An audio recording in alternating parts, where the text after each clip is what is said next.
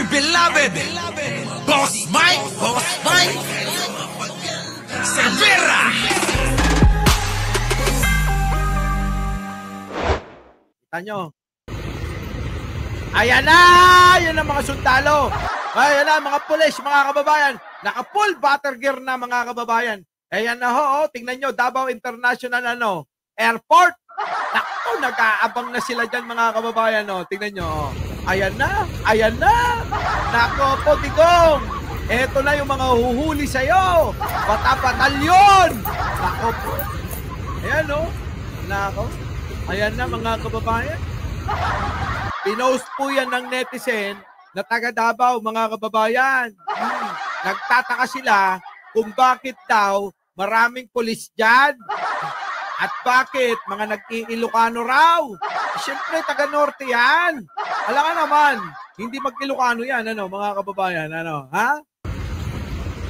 Okay, mga katropa, sumuli ang kasikas nato din hisul mismo sa Davao International Airport nga orasa. Ang daming dumating, mga kababayan. Galing po ng ng Davao International Airport. Binaba po ito, Jojo Chavez, makinig ka. Paring Linda, binaba po itong mga pulis na ito. At talaga naman, napakaraming dalang mga, gano'n, parang makikipaggera. So, pipila ka mga sakop sa ito ang kapulisan ang naalinhi. Eto na daw po ang mga huhuli kay Digong. At talaga namang inaabangan na po siya. Dahil po, mga kababayan, ay, hindi yata tinanggap sa China.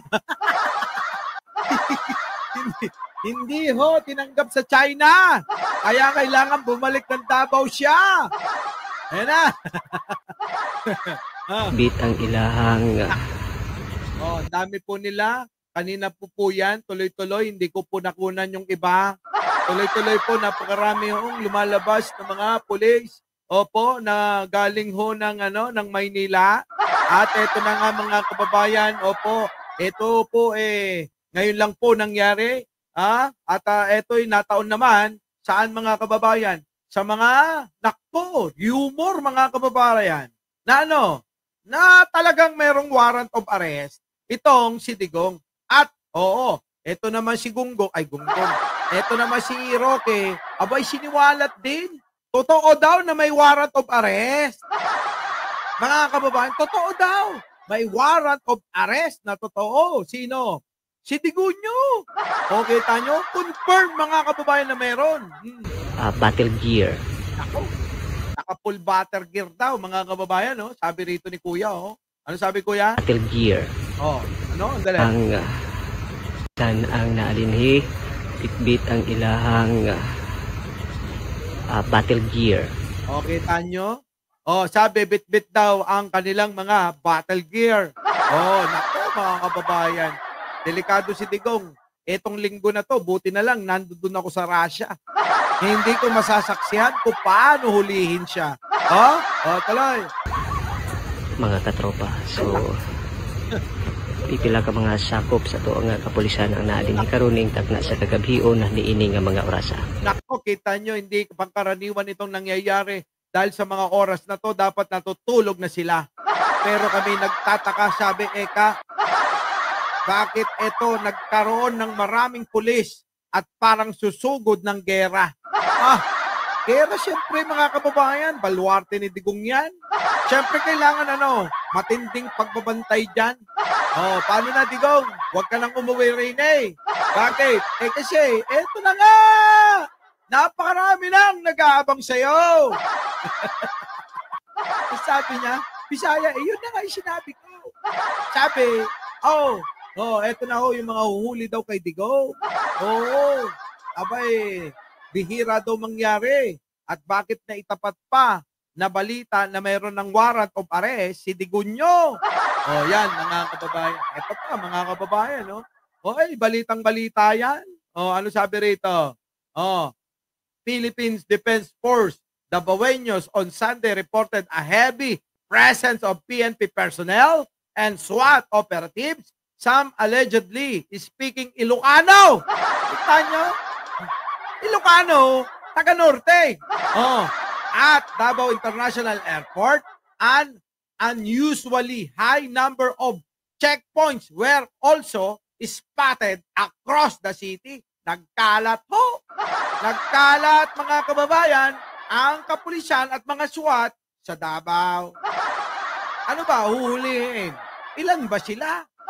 Lahat pa sila huhulihin na. Sino? Si Digong, si Sara, si Bongo, si Bato. Lahat ba yan ay huhulihin na kaya ganyang karami yung kanilang pinadala? Putik na yung mga Jeffrey, or Casitas, totoo yan? No, talaga? Totoo? Di mabuti naman. At, syempre, eto pa, mga kababayan, ano sabi rito? Basahin natin. News update, ABS-CBN to, mga kababayan, ha? PCO Secretary J. Ruiz on rumored ICC arrest warrant for ex-president, Digonggong, Bobong, Gagong, Duterte. The government is prepared for any eventuality. Nako! Ready na, mga kababayan, kaya pala sila ready. Nagpunta na yung mga polis doon Diba? Ayan, nagpunta na. Ready na pala. Lakihan ko dahil hindi ko mababasa. Lakihan ko lang Liliit lang yung aking mukha. Ayan Ano sabi? Ayan. PCO Secretary J. Ruiz on rumored ICC arrest warrant for ex-President Rodrigo Gonggong Duterte. The government is prepared for any eventuality. Silang pa yun. Ito naman ang balita rito. ABS-CBN News. Sabi din presidential communication. Nampating naman, Pinahirapan nyo pa ako. Pwede naman PCO Secretary na lang PCO Secretary J. Ruiz says they are aware of unconfirmed reports that the ICC has issued arrest warrant for former Digonggong Duterte. Kita nyo, mga kababayan. Ano sabi? Unconfirmed. Hindi pa daw kumpirmado. Siyempre, alam ka naman na sabihin nilang kumpirmado. Confidential yan, mga kababayan. Confidential po yan. We've heard that an arrest warrant has been issued by the International Criminal Court against former President Gonggong Duterte, magnanakaw, mamamatay tao. For crimes against humanity. The government is prepared for any eventuality. Ayan! Utik na yan, mga kababayan. So, ano ibig sabihin yan? Pinaghandaan na Kaya eto yan. Alinhi, bitbit ang ilahang. Ayan na, di ba? Nakaprepare na sila, mga kababayan. Paano na ito, mga DDS? Prepared na ang Malacanang. Huhulihin na si idol nyo. Yari na, mga kababayan. Yari na talaga. Yari na, ayan na, sabi, prepared daw sila ayan na.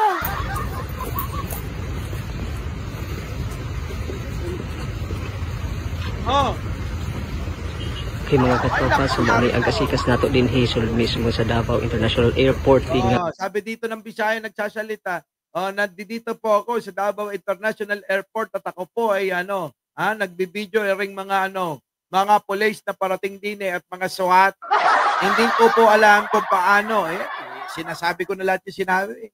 Hindi ko po alam kung bakit sila nandito dahil hindi naman po ito pangkaraniwang nangyayari. Hindi ito karaniwang nangyayari. Ibig sabihin ngayon lang daw nangyari ito. Bakit kaya nataon pa naman na may issue, chismis, na may warrant of arrest si Digong. Naka? Alam nyo na. Our beloved Boss Mike Severa.